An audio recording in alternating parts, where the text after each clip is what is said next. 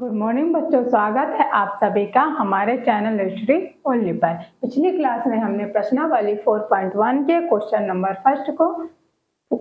First के सारे question हमने करा दिए थे। आज हम देखने जा रहे हैं क्वेश्चन नंबर सेकंड देखने जा रहे हैं। क्वेश्चन नंबर सेकंड क्या बोल रहा है? निम्न स्थितियों को द्विघात समीकरणों के रूप में निरूपित कीजिए।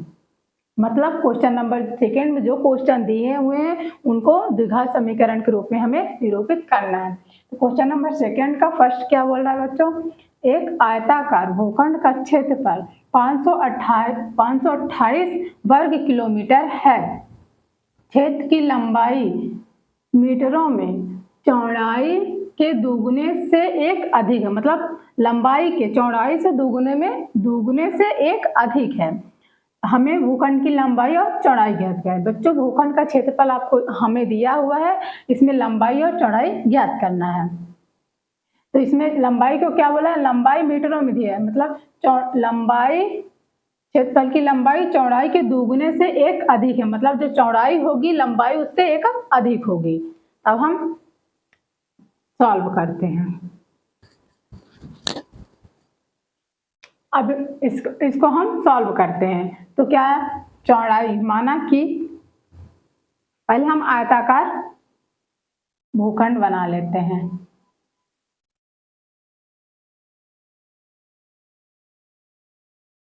ये आपका आयताकार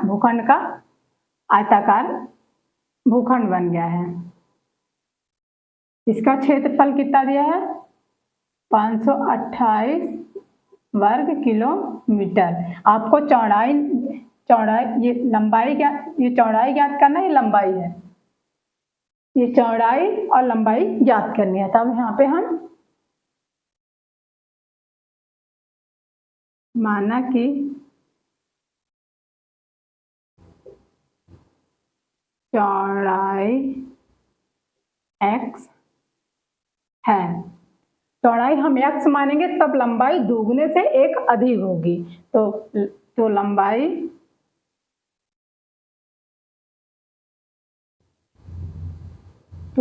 क्या हो जाएगी? 2x + 1। ये आपकी लंबाई है। तो यहाँ पे लिख लेते हैं लंबाई क्या हो जाएगी? 2x + 1। चौड़ाई आपकी x हो जाएगी। ठीक। हाँ, अब हम आयताकार भूखंड का क्षेत्रफल का सूत्र लिख लेते हैं, क्या होता है।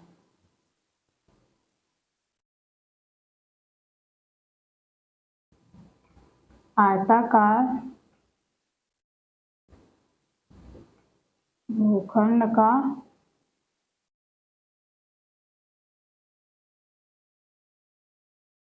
क्षेत्रफल का सूत्र क्या होता है? लंबाई इंटू चौड़ाई। ठीक। तो लंबाई आपको क्या दी हुई है? 2x + 1। अब फिर चौड़ाई इंटू में x, ये इसके बराबर है 528। आपका क्षेत्रफल दिया हुआ था। तब हम इसका x का मल्टीप्लाई इसमें कर लेते हैं। x का मल्टीप्लाई 2x में करेंगे, 2x² हो जाएगी, क्योंकि 2x हो रहा है तो पावर हो जाएगी 2। अब प्लस x का 1 में होगा तो x आएगा, बराबर 528। ये आ गया। अब 528 को हम इधर लाएंगे तो ये उधर प्लस में था तो उधर माइनस में हो जाएगा। 2x² + x - 528 = 0। ये बच्चों आपका ये मतलब द्विघात समीकरण होगा, क्योंकि इसकी पावर अधिकतम 2 है, इसलिए आपका द्विघात समीकरण बन गया है। यही आपका आंसर हो जाएगा। बच्चों, हमको इसमें सिर्फ द्विघात समीकरण के रूप में निरूपित, मतलब द्विघात समीकरण बस निकालना। इसमें पूरा लंबाई और चौड़ाई का मान इसमें नहीं पूछा था। इसमें पूछा लंबाई, तो लंबाई आपकी x हो जाएगी, चौड़ाई आपकी x हो जाएगी, लंबाई आपकी 2x + 1 हो जाएगी। इसमें इसका मान, मतलब लंबाई और चौड़ाई का प्रॉपर मान नहीं पूछा है, सिर्फ आपको द्विघात समीकरण रूप में आपको व्यक्त बस करना है। इसलिए हम आपको द्विघात समीकरण के रूप में व्यक्त करके बता रहे हैं। इसका मान प्रॉपर हम निकाल के नहीं बता रहे, क्योंकि क्वेश्चन में बोला नहीं गया है। अब क्वेश्चन नंबर हम सेकंड देखने जा रहे हैं। अब बच्चों हम क्वेश्चन नंबर 2 देखने जा रहे हैं। दो क्रमागत धनात्मक पूर्णांकों का गुणनफल 306 है। हमें पूर्णांकों को ज्ञात करना है। मतलब दो क्रमागत धनात्मक पूर्णांक, मतलब जैसे x हो गई, पहली हो गई, मतलब x, x+1, x+2 ऐसे धनात्मक क्रमागत पूर्णांक है, मतलब संख्याएं ऐसे हम मान सकते हैं। पहले x मान लेते, फिर x+1 मानेंगे, फिर 2 मानेंगे, फिर 3 मानेंगे। ठीक, इसको हम सॉल्व करके आपको बताते हैं।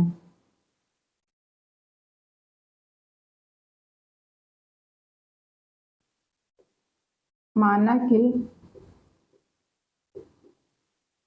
पहली क्रमागत धनात्मक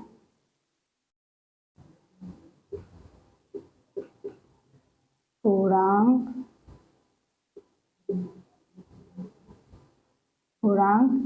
x है, तो दूसरे x+1 होगी। तो हम अब यहाँ से प्रश्न अनुसार, जो प्रश्न बोल रहा है उसके अनुसार से हम लिखेंगे। तो यहाँ पे लिख लेते हैं प्रश्नानुसार। ठीक, दो क्रमागत धनात्मक पूर्णांकों का गुणनफल इतना, मतलब दो क्रमागत संख्याएं हैं x और x+1, इसका गुणनफल मतलब 306 के बराबर होगा। इसका क्या हो गया, x+1 इक्वल टू 306। ये आपका वो बने, मतलब जो बोलना चाह रहा है ये आपका बनेगा। ठीक, अब इसको हम सॉल्व कर लेते हैं। x का इंटू x में करेंगे, x² plus x equal to 306। तो इधर प्लस में है तो इधर आके माइनस में हो जाएगा। तो x² plus x minus 306 equal to 0। बच्चों आपका ये द्विघात समीकरण बन गया है, यही आपका आंसर हो जाएगा। अब हम क्वेश्चन नंबर 3 देखते हैं। रोहन की माँ उससे 26 वर्ष बड़ी है। उनकी आयु वर्षों में का गुणनफल अब से 3 वर्ष पश्चात 360 हो जाएगी। हमें रोहन की वर्तमान आयु ज्ञात करनी है। बच्चों हम रोहन की जो भी आयु मानेंगे उसकी माँ 26 वर्ष उससे बड़ी होगी, और गुणनफल मतलब मल्टीप्लाई होगा फिर 3 वर्ष पश्चात, मतलब 3 वर्ष पश्चात बोला है तो जो भी हम मानेंगे रोहन की वर्तमान आयु उसकी माँ की आयु, उसमें 3 हम ऐड करेंगे, फिर उसके बराबर 360 होगा। वही क्वेश्चन यही बोल रहा है। अब हम इसको हम आपको करके बताते हैं।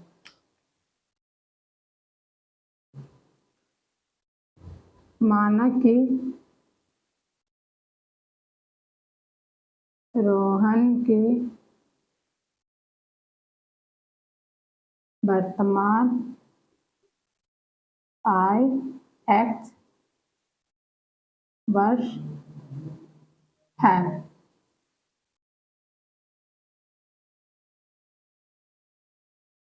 तो रोहन की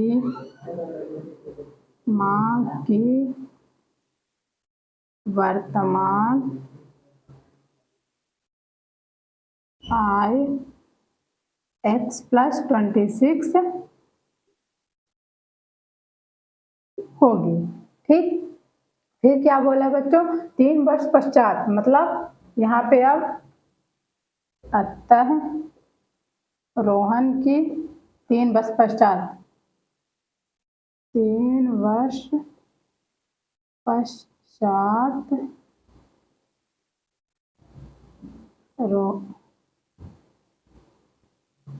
रोहन की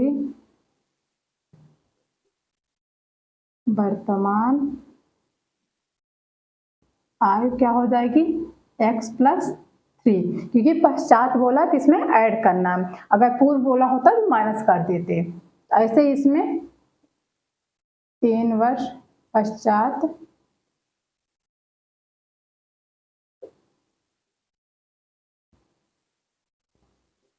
रोहन की माह की वर्तमान आय क्या हो जाएगी, x प्लस 26 तो पहली थी, अब प्लस 3 बचा तो प्लस 3 हम जोड़ देंगे। ठीक, अब यहाँ पे हम लिखते हैं प्रश्नानुसार।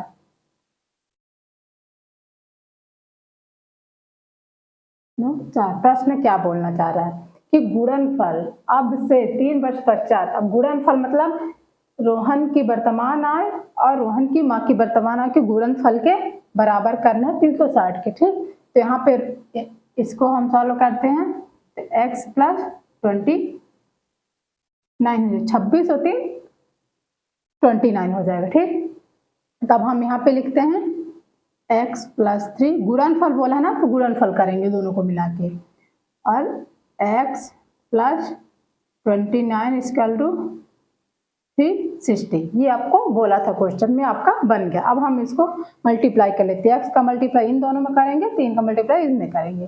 पहले हम x का कर लेते हैं, तो x का x में होगा तो x स्क्वायर हो जाएगा, अब प्लस x का मल्टीप्लाई 29 में होगा तो 29x, फिर प्लस 3 का मल्टीप्लाई इसमें होगा तो x में तो 3x, फिर प्लस 3 का मल्टीप्लाई 29 में होगा तो 87 होगा,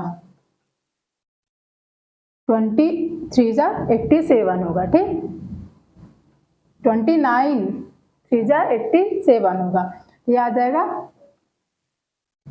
360 हो जाएगा। ठीक, अब आपका इसमें हम x square plus 29 plus 3x 29x plus 3x कितना हो जाएगा 32x प्लस 87, ये 360 उधर प्लस में है तो इधर आके माइनस में हो जाता है, इक्वल टू 0। ठीक, तो अब इसमें x स्क्वायर प्लस 32x, अब 360 में 87 घटेगा तो क्या आ जाएगा माइनस का 173 आ जाएगा, क्योंकि 3 यहाँ पे आपको हम घटा के भी बता देते हैं।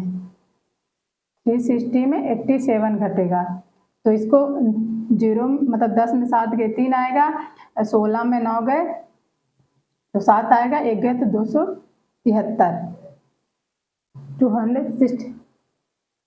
273 आएगा। ठीक, अब ये इक्वल टू 0, ये आपका द्विघात समीकरण हो गया, क्योंकि व्यापक समीकरण जो था उससे ये मैच कर रही थी, आपको द्विघात समीकरण होगा, ये आपका आंसर हो जाएगा। ठीक बच्चों, ये आपका आंसर आ गया है, ये द्विघात समीकरण आपका, क्योंकि अधिकतम घात 2 है इसलिए आपके द्विघात समीकरण है। अब हम क्वेश्चन नंबर 3 आपका कंप्लीट हो गया, क्वेश्चन नंबर 4 हम आपको कराएंगे। अब बच्चों हम क्वेश्चन नंबर 4 देखने जा रहे हैं। क्वेश्चन नंबर 4 क्या बोल रहा है, एक रेलगाड़ी 480 किलोमीटर की दूरी समान चाल से तय करती है, यदि इसकी चाल 8 किलोमीटर प्रति आवर कम होती तो वह उसी दूरी को तय करने में 3 घंटे अधिक लेती। हमें रेलगाड़ी की चाल ज्ञात करनी है, मतलब चाल ज्ञात करनी है रेलगाड़ी की, इसमें फार्मूला लगेगा समय बराबर दूरी बटे चाल का लगेगा। ठीक, अब इसको हम सॉल्व करते हैं। हल क्या है, माना कि चाल x है तो दूरी क्या दी है 480 किलोमीटर। ठीक, तब हम कंडीशन फर्स्ट से देखते हैं क्या हो रहा है। एक रेलगाड़ी 480 किलोमीटर की दूरी समान चाल से तय करती है, मतलब समान चाल से तय करती है, तो समय पहले फार्मूला लिख लेते हैं, समय को हम t से मतलब डिनोट करते हैं, इसमें क्या समय बराबर क्या होता है दूरी बटे चाल। ठीक, ये आपका समय बराबर होगा, तो दूरी कितनी है आपकी 480 और चाल क्या है x। ठीक, अब कंडीशन सेकेंड से देखते हैं,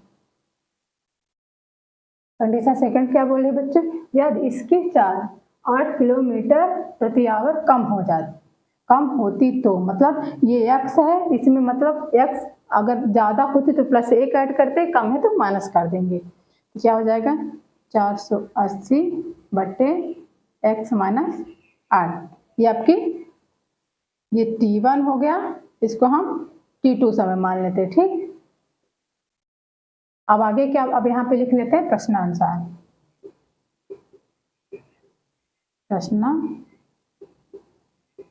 ठीक, क्या बोल रहा है, तो वह उसकी दूरी को तय करने में 3 घंटे अधिक लेती, मतलब ये जो दोनों दूरियां इसको तय करने में मतलब 3 घंटे अधिक लेती, मतलब इक्वल में 3 आएगा। ठीक, इसको हम लिख लेते हैं T1 minus T2 equal to ये 3 घंटे अधिक। T1 क्या था, ये T2 आएगा। ठीक, तो हम पहले T2 लिख लेते हैं, मतलब T2 माइनस T1, क्योंकि T2 ज़्यादा है तो इसमें ये घटेगा ये वाला। ठीक, तो 480 माइनस x माइनस 8 माइनस ये हो जाएगा 480 बटे x इक्वल टू 3 के बराबर, क्योंकि 3 घंटे अधिक समय ले रही है तो इसलिए इक्वल टू में आएगा। ठीक, अब इसमें हम 480 कॉमन ले लेंगे तो क्या आ जाएगा बच्चों, 480 अगर हम कॉमन लेते हैं तो 1/x माइनस 8 बचेगा।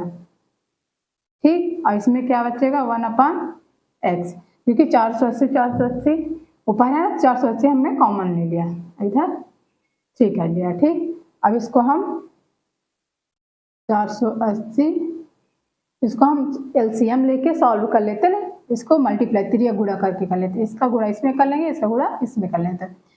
x का गुणा 1 में होगा तो x ही आएगा, तो माइनस, इसका गुणा इसमें होगा तो ये माइनस ऑलरेडी लगा है ना, तो क्या हो जाएगा x, ये माइनस है तो माइनस माइनस प्लस 8 हो जाएगा।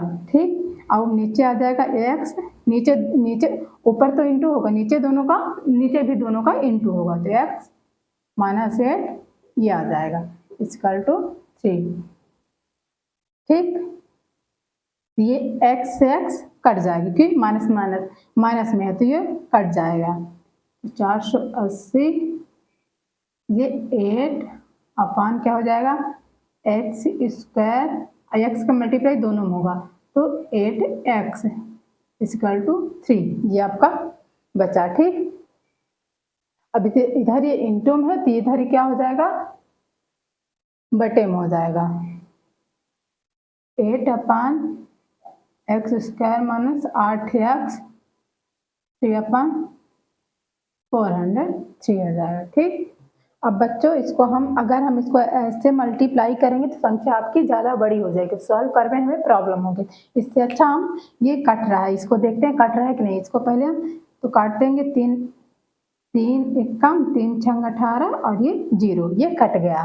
तब इसको अगर इसको काट लिए तब आसानी से हम मल्टीप्लाई कर सकते, नहीं तो मल्टीप्लाई तो इतने ना काटते तो भी कर सकते थे, पर क्या नाम है संख्या बड़ी हो जाती तो आपको सॉल्व करने में थोड़ा प्रॉब्लम हो जाती। तो अब कितना है 8/x square minus 8x equal to 1/160 ये बचा। ठीक, अब 160 में 8 का मल्टीप्लाई होगा, 1 का इसमें होगा, 1 का मल्टीप्लाई होगा तो ये x स्क्वायर 8x ही रहेगा, 160 इंटू 8। ठीक, तो x square minus 8x equal to 16 8 128 128 और ये 0 जो था यहाँ पे आ गया तो 1280 बचा। अब ये प्लस में इधर आके हम माइनस में कर लेते हैं, x square minus 8x plus में इधर आके माइनस ये भी हो जाएगा 1280 इक्वल टू 0। ये आपका द्विघात समीकरण निकल गया और यही आपका आंसर है। बच्चों प्रश्नावली 4.1 के हमने सारे क्वेश्चन आपको करा दिए हैं। अगर हमारी क्लास आपको अच्छी लगी हो तो चैनल को सब्सक्राइब और वीडियो को लाइक जरूर करें। मिलते हैं नेक्स्ट प्रश्नावली के साथ।